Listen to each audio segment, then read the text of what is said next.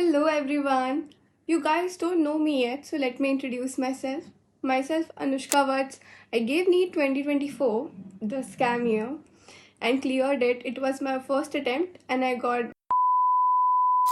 So today I'll be sharing my experience of NEET and the lessons that I learned during this time period of 2 years with you guys. So first of all I would say कि चाहे आप fresher हो चाहे आप dropper हो, ये video आप पूरी एंड तक देखना बिकॉज ये आपके लिए बहुत बेनिफिशियल होगी, क्योंकि नीट में आपको सिर्फ 2-3 माइन्यूट चीज़ों पे ही ध्यान देना होता है।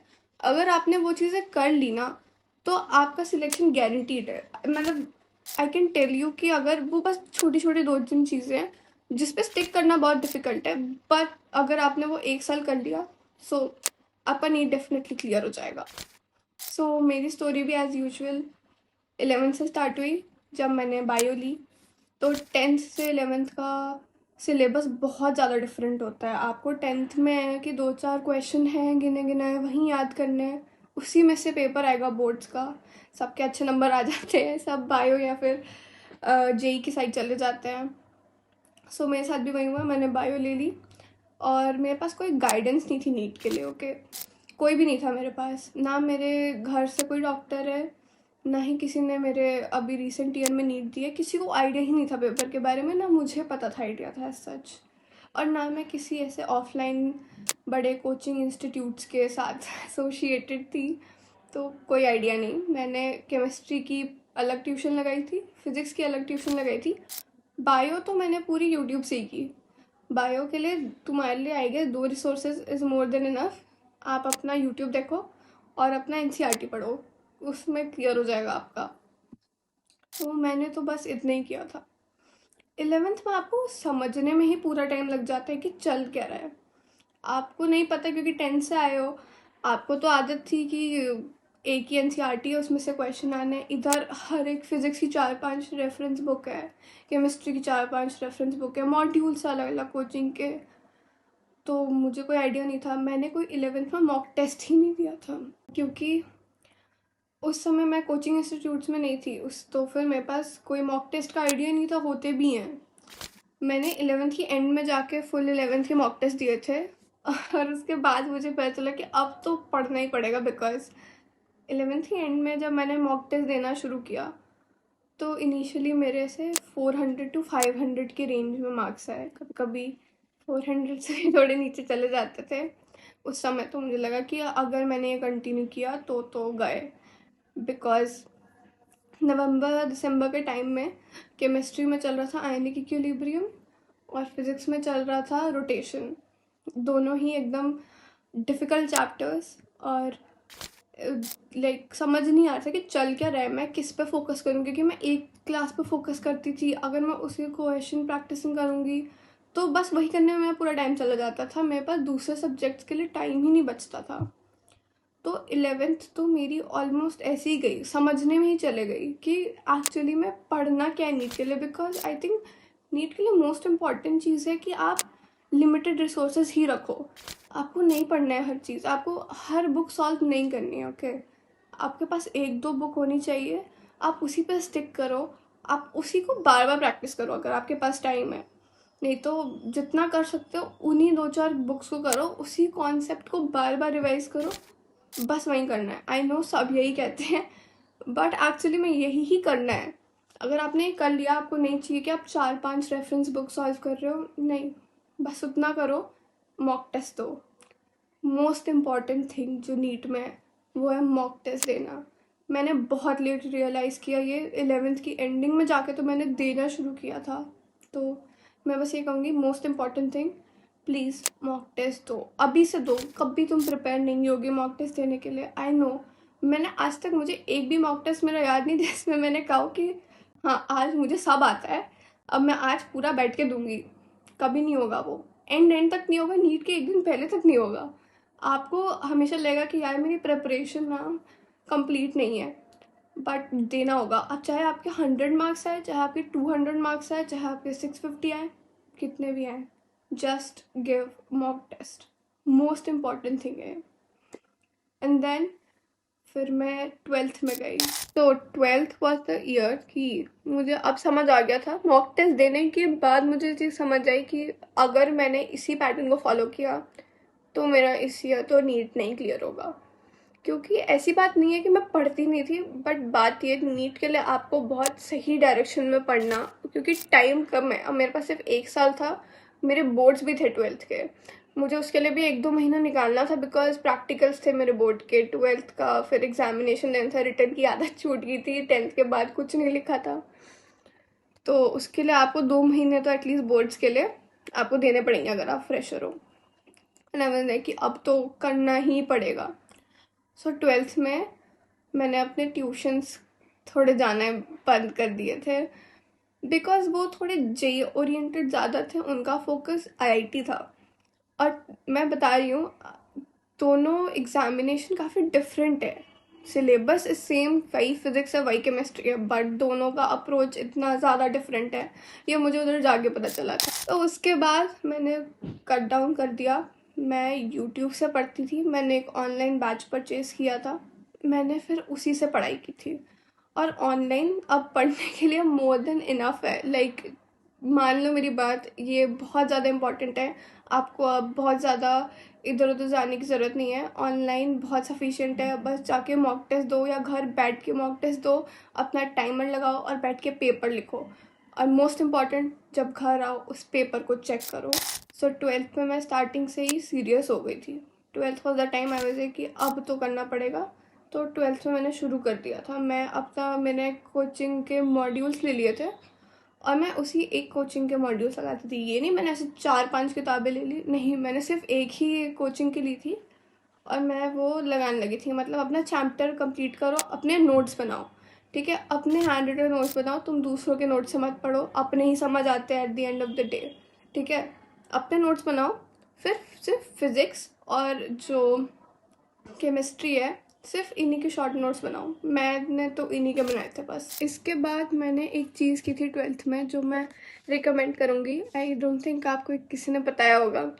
मैं भी आपको अपनी वॉल दिखाऊंगी ना, अपने जस्ट पीछे की, अपने स्टडी टेबल के पीछे की, उसमें मैंने इतने सारे नोट्स लगा रखे थे स्मॉल, मतलब कहीं बायो है, बीच में फिजिक्स भी है, बीच में केमिस्ट्री भी है, और छोटे छोटे फार्मूला, मतलब बहुत छोटी चीज़ें होती है जो आप भूल जाते हो। आपको उस समय नहीं लगता कि आप भूलोगे, पर जब आप बार बार टेस्ट देते हो ना, तब आपको पता चलेगा। जैसे मैंने एक काइनेमेटिक्स का क्वेश्चन गलत किया था, ठीक है, एक पेपर में।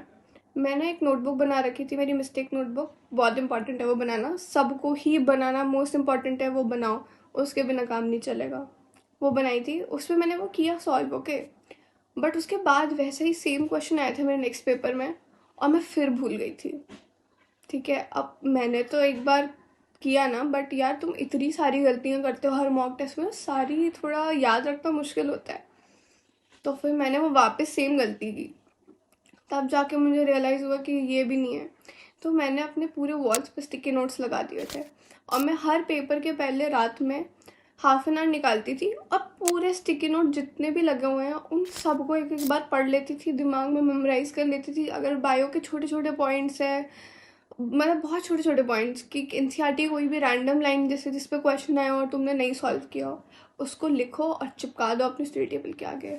और बस ये नहीं कि चिपका के भूल गए, क्योंकि बहुत लोग ये करते हैं कि नहीं हमारा रूम तो फिल्ड है भाई स्टिकी नोट्स और सब चीज़ों से, बट तुमने कभी देखा ही नहीं कि तुमने चिपकाया क्या है। नहीं, मैं हर एग्ज़ाम के पहले रात में आधा घंटा बैठती थी, पूरे स्टिकी नोट्स को रिवाइज करती थी जितने भी लगे हुए हैं, और उसके बाद देती थी। और इस चीज़ ने मुझे एक्चुअली में काफ़ी हेल्प किया, क्योंकि मेरे स्टिकी नोट से बॉटनी में 2-4 क्वेश्चन आए थे, ज़ूलॉजी में भी 2 थे, और फिजिक्स में तो ऑब्वियसली फार्मूला ही सब कुछ होता है, तो उसके भी लगे हुए थे। तो वो मतलब मैं जो छोटी चीज़ें भूल जाती थी, अगर मैंने ये नहीं किया होता तो मेरा सिलेक्शन नहीं होता, ये तो मैं डेफिनेटली कह सकती हूँ। क्योंकि तुम जानते हो 2-4 मार्क्स कितने इंपॉर्टेंट होते हैं। अगर 2-4 क्वेश्चन गलत हुए तो गए 15 नंबर और उतना इनफ है तुम्हारे सिलेक्शन रोकने के लिए, राइट। सो डू दिस, बहुत ज़्यादा काम आएगा तुम्हें, ट्रस्ट मी। एंड उसके बाद जब लास्ट 2-3 मंथ्स आते हैं एग्ज़ाम के पहले, वो इतने ज़्यादा स्ट्रेसफुल हो गए थे स्पेशली मेरे लिए, बिकॉज मैंने बहुत सारी मॉक टेस्ट ज्वाइन कर ली थी। मतलब मैं मेरे 2-4 सेंटर पड़ते थे मॉक टेस्ट के, मैंने जितने भी पॉसिबल मॉक टेस्ट थे ना मैंने सारी ले ली थी, मैं सब देती थी, बहुत सारे छूटे भी, कोई नहीं, बट आई वॉज, मेरा हर संडे सैटरडे तो फिक्स ही था। उसके बाद जो लास्ट का 1 मंथ था, उसमें लास्ट का 1 मंथ क्या, जैसे ही मेरा बोर्ड्स ख़त्म हुआ था ना, उसके एक दिन बाद से ही मेरे कंटिन्यूस टेस्ट स्टार्ट थे। मतलब मंडे को हुआ तो वापस से वेंसडे को हुआ, वेंसडे को हो गया तो वापस फ्राइडे को होगा। ये चला था 1 महीना, और उसके लास्ट के 1 महीने में तो रोज़ है, मंडे ट्यूसडे वेंसडे थर्सडे तुमको रोज़ टेस्ट देना है। तो मेरा भी यही था, काफ़ी हेक्टिक शेड्यूल हो जाता है और बहुत डिमोटिवेटिंग हो जाता है। और उस समय मेरा यूट्यूब सिर्फ नीट से फिल था। अगर मैं उस समय अपना यूट्यूब हिस्ट्री दिखाऊंगी, सिर्फ और सिर्फ यूट्यूब में आपको नीट के बारे में ही दिखेगा। मैं ऐसे ही लोगों की स्टोरी सुनती थी कि उनकी स्टोरी क्या थी, उनकी नीट जर्नी क्या थी, जैसे कोई ड्रॉपर ने क्लियर किया, किसी फ्रेशर ने क्लियर किया, तो मैं ये बहुत सुनती थी, मुझे बहुत मोटिवेटिंग लगता था। बिकॉज बिकॉज वो लोग भी नॉर्मल इंसान है, वो लोग भी एवरेज स्टूडेंट थे जैसे मैं थी। और ट्रस्ट मी, नीट एक ऐसा पेपर है जो कोई भी स्टूडेंट निकाल सकता है। आपको ज़रूरी नहीं है कि आपको एकदम जीनियस और ब्रिलियंट होना ज़रूरी है, नहीं। आपके कॉन्सेप्ट क्लियर होना चाहिए, आपको बहुत सारी प्रैक्टिस की होनी चाहिए, स्पेशली फिज़िक्स में। मतलब एकदम रोज़ प्रैक्टिस करनी है, प्रैक्टिस तो मोस्ट इम्पॉर्टेंट है फिज़िक्स के लिए। तो बस उतना चाहिए और इतने में आपका नीट हो जाएगा। सिर्फ मैं नहीं कह रही, जितने वीडियोस आप देखोगे सब पे यही होगा। और मैंने सुना, द थिंग इज कंसिस्टेंट रहना बहुत डिफिकल्ट होता है। लोग तो बोल देते कि हाँ, कंसिस्टेंसी अगर तुम मेंटेन करोगे तो तुम्हारा रिजल्ट आ जाएगा, विच इज़ ट्रू, बट उसे मेंटेन करना बहुत मुश्किल होता है। मैं ये नहीं कहती हूँ कि आप अपना एकदम शेड्यूल बना लो, मैं कभी उस चीज़ को प्रमोट नहीं करती कि 6 बजे मुझे उठना है, 7 बजे मेरा ब्रेकफास्ट है, 8 बजे मैंने जॉगिंग की, 9 बजे से मैं पढ़ने बैठी। आपके लिए काम करेगा तो अच्छी बात है, मेरे लिए वो इतना स्ट्रिक्ट पैटर्न नहीं चलता था। मतलब टाइम हो ही जाता है कभी तुम्हारा एक दिन इधर उधर। तो मेरा ये नहीं था, मेरे को बस फिक्स रहता था, टू डू लिस्ट में बनाती थी रोज़। आज मुझे ये चैप्टर कंप्लीट करना है, और जिसके यहाँ से ये क्वेश्चन प्रैक्टिसिंग करनी है, और ये मॉक टेस्ट देना है, इस मॉक टेस्ट का ये सिलेबस है। रोज़ की मेरी टू डू लिस्ट बनती थी, और बस उसी पे मैं स्टिक करती थी। मेरा होता था कि बस आज इस टू डू लिस्ट को ख़त्म करना है, ठीक है। वो भी बहुत बड़ा टास्क होता है, क्योंकि 5-6 तुम चीज़ें लिख लेते हो, अगर उसमें से तुम 5-4 भी चीज़ें कर रहे हो ना, अगर तुम वो डेली कर रहे हो तो हो जाएगा। तुम टू डू लिस्ट बनाओ, और तुम्हें फिर खुद भी रियलाइज़ होगा ना, जब तुम देखोगे यार मैंने 5 चीज़ लिखी है पर आज से 2 ही चीज़ हुई है, तो तुम्हें अंदर से थोड़ा लगेगा यार नहीं, कल कल पूरा काम करना है, राइट। तो वो फिर अंदर से आता है। तो I think to do list बनाना is very very important, just do it. And ऐसे ही मैं लास्ट का मंथ था, the only thing that is regret is कि 20 days before my NEET exam, माई दादी पास्ट अवे। और बहुत रैंडम था, बिकॉज उन्हें ऐसा कोई डिजीज़ नहीं थी, बहुत ही शॉकिंग था हम सबके लिए। और मेरे सिर्फ एग्ज़ाम को 20 दिन बाकी थे, और मेरे सारे पेरेंट्स, मेरे सिबलिंग्स सब कोई उधर गए हुए थे काम में, मेरे होम टाउन में। बट मैं इधर अब ही दिल्ली में स्टे की थी, बिकॉज ऑब्वियसली 20 दिन में मेरा पेपर है, मेरे रोज़ टेस्ट होते थे। अगर मैं मिस कर देती तो मेरा नीट नहीं निकलता, डेफिनेटली इस साल तो नहीं निकलता। तो वो मेरे अंदर थोड़ा रिग्रेट है दैट मैं नहीं जा पाई थी। और वो बहुत शॉकिंग था, बिकॉज मैं कभी ऐसे अकेले नहीं रही हूँ घर में, राइट। और पूरे उस टाइम पीरियड में मेरे लिए हर चीज़ अकेले हैंडल करना, बिकॉज मैं कभी नहीं रही हूँ अकेले। खाना देखना, मेड आंटी आती थी, वो बना के जाती थी। उसके बाद रोज़ पेपर देने जाना, मैं रोज़ ऑटो बुक करती थी, जाती थी, मैं पहले चले जाती थी। और एक बार तो सेंटर में बैठे बैठे I had a really bad melt down. मैं कॉल पे मम्मी से बात कर रही थी, बिकॉज लास्ट का time is very stressful guys. सिर्फ आपके लिए नहीं, जितने भी बच्चे नीट दे रहे हैं उन सब के लिए वो इतना स्ट्रेसफुल टाइम रहता है। तो just have faith in your self. Last के टाइम पे आई थिंक जो मोस्ट इम्पॉर्टेंट चीज़ होती है, जो मोस्टली बच्चे छोड़ देते हैं, वो ट्रस्ट ही छोड़ देते हैं अपने पे कि हम क्लियर भी कर सकते हैं। बस वो चीज़ है, आपको अपने ऊपर कभी भी फेथ नहीं छोड़ना है, हमेशा बिलीव करते रहना है। बिकॉज जब दूसरे लोग कर सकते हैं, हर साल लोग क्लियर कर ही रहे हैं ना, so it's not a big deal. तुम भी क्लियर कर सकते हो, कोई भी क्लियर कर सकता है। द थिंग जो तुम्हें डिफरेंशिएट करेगी कि तुम्हारे ऊपर अपना बिलीफ सिस्टम होना चाहिए कि हाँ मैं ये काम कर सकता हूँ, कर सकती हूँ. That is more than enough. And then the examination day came. और एग्जामिनेशन डे के बाद तो मुझे ऑनेस्टली जब मैं निकली ना सेंटर के बाहर, तो वो मेरे पापा वेट कर रहे थे मेरा. और मुझे नहीं लगा था मेरा होगा. मुझे लग रहा था कि मैं ना 10 या 15 नंबर से मेरा इस साल का रह जाएगा. तो मैंने कुछ कहा ही नहीं अपने पापा को. उन्होंने पूछा था कि कैसा गया, और मैंने बस ना कहा ठीक ठाक गया. आई डोंट नो कि होगा कि नहीं होगा, आई एम नॉट श्योर. और फिर मैं घर गई. मेरे अंदर हिम्मत नहीं थी कि मैं आंसर की से अपना मैच करूं, क्योंकि वो दिमाग उस समय इतना हो रहा था. मैं तो प्रिपेयर कर रही थी अपने आप को कि कोई नहीं, नहीं होता है, 1 साल ड्रॉप ले लेंगे. मैंने अपने आप को मोस्टली प्रिपेयर कर ही लिया था कि मुझे 1 साल और ड्रॉप लेना पड़ेगा, मेरा नहीं होगा. एंड देन मुश्किल से आई गेस रात के 9-10 बजे आई डिसाइडेड कि आंसर की मुझे दिख गई थी. और मैंने फिर चेक किया, और मेरे काफ़ी अच्छा स्कोर बन रहा था, जिसमें मुझे आराम से एक अच्छा गवर्नमेंट मेडिकल कॉलेज मिल जाएगा. सो यही था मेरा पूरे 2 साल का एक्सपीरियंस. एंड आई होप कि आप लोगों को चीज़ें जो छोटी छोटी है वो समझ आ गई होगी. फर्स्ट ऑफ ऑल टेस्ट देना इंपॉर्टेंट है, आपको पता है, सब कह रहे हैं और ये काम करता है actually. Just give it. Mock test दो, चेक करो, अपनी एक करेक्शन नोटबुक बनाओ. उसे एंड के डेज में देखो कि आपने क्या क्या गलती की है, आप किस छोटे छोटे स्टेप में गलती कर देते हो. अगर फिजिक्स का है, जस्ट उसको देखो. एंड देन वॉल वाला जो मैंने कहा, स्टिकी नोट्स, जो भी आप भूलते हो, बायो कुछ भी छोटी छोटी चीज़ें हो, स्टिकी नोट्स बनाओ, चिपकाओ पेपर के एक दिन पहले. उसे डेफिनेटली देखना. और consistent, just stay consistent and have faith in yourself, and that is more than enough for you to crack NEET this year. So thank you for watching, guys. I'll see you guys in the next video.